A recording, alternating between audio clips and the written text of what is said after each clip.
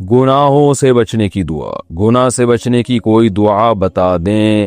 امرہا خان، اللہم اکفنی بحلالک عن حرامک واغننی بفضلک عن من سواک، یہ دعا مانگا کریں۔ اور یہ دعا یعنی اللہم اکفنی بحلالک عن حرامک، اے اللہ مجھے حلال اتنا دے کہ مجھے اس میں کفایت ہو جائے حرام سے، یعنی حرام کی طرف میں نہیں جاؤں، حلال میں مجھے سحری نصیب فرما۔ اور اغننی بفضلک عن من سواک، اپنے فضل سے مجھے اپنے علاوہ لوگوں سے مستغنی کر دے، کسی کا محتاج نہ بنا۔ اور اللہم اجعلنی ممن یحلل حلالا ویحرم حراما، اے اللہ مجھے ان لوگوں میں شامل فرما دے جو قرآن کے حلال کو حلال سمجھتے ہیں اور قرآن نے جس چیز کو حرام کر دیا اس کو حرام سمجھتے ہیں۔ تو یہ دعا مانگا کریں، عربی میں نہیں آتی، اردو میں مانگا کریں کہ وہ شخص اسلام کی مٹھاس چکھ لے گا، اسلام کا ذائقہ چکھ لے گا، جو اس بات پہ راضی ہو گیا کہ اللہ میرا رب ہے، اسلام میرا دین ہے اور محمد صلی اللہ علیہ وسلم میرے نبی ہیں۔ دیکھیے اس حدیث میں یہ نہیں فرمایا کہ جو ایمان لایا کہ اللہ میرا رب ہے، اسلام میرا دین ہے اور نبی میرے نبی ہیں، یہ نہیں، مر رضیہ تو اس پہ راضی ہو گیا۔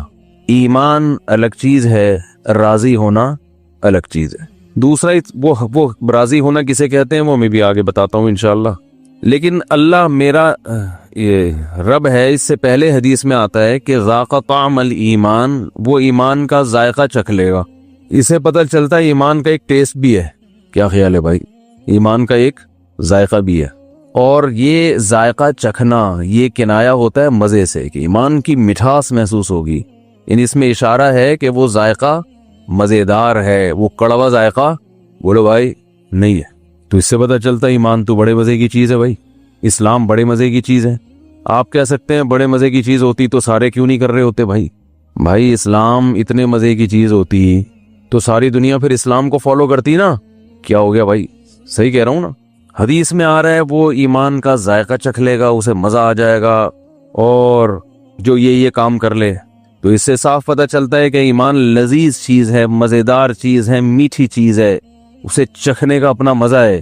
تو اگر اتنی مزیدار چیز ہے تو ہم دیکھتے ہیں دہلی اور سہیل نہاری پر تو بڑا رش ہوتا ہے، کیونکہ چٹپٹی نہاری ہے نا، لیمو نچوڑ کے لوگ کھا رہے ہیں۔ بریانی کے ہوٹلوں پہ رش ملے گا آپ کو، پائے کے ہوٹل پہ ایسا لگے گا فری بٹ رہا ہے، سینما گھروں کے باہر رش ملے گا، فجر کی نماز میں پبلک مارکیٹ سے شارٹ۔ تو مزہ تو فجر میں اللہ کہہ رہے ہیں کہ اسلام میں ہے، تو اسلام میں فجر بھی ہے نا، اس میں پبلک مارکیٹ سے شارٹ۔ جو پکے نمازی وہ بھی 4-5 آ کے کھڑے ہوئے ہوتے ہیں، ان میں بھی آدھے وہ ہوں گے جن کو آفس جانا ہوگا، اس لیے اٹھ گئے، انہوں نے کہا چلو نماز ہی پڑھ لیں۔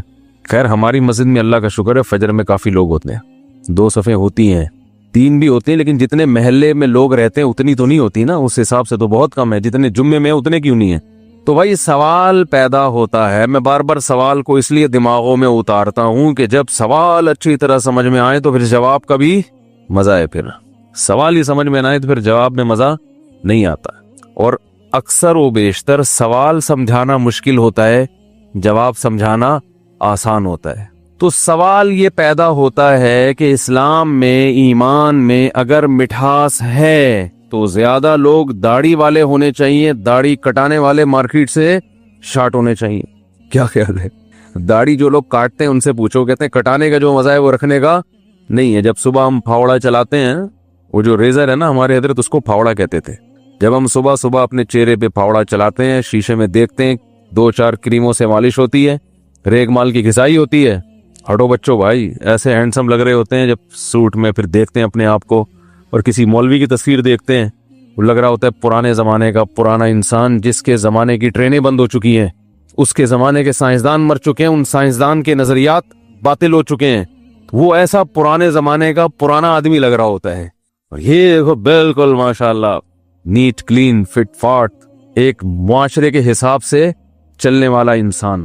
تو اگر اسلام میں لذت ہوتی تو زیادہ تر لوگ داڑیاں کٹاتے یا رکھتے؟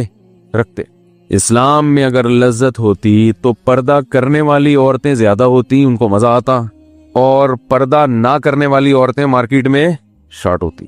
ہم دیکھ رہے ہیں پردہ کرنے والی تھوڑی سی رہ گئی ہیں، نہ کرنے والی بہت زیادہ۔ تو اسی پہ ایک حکم آپ لے کے چلے جائیں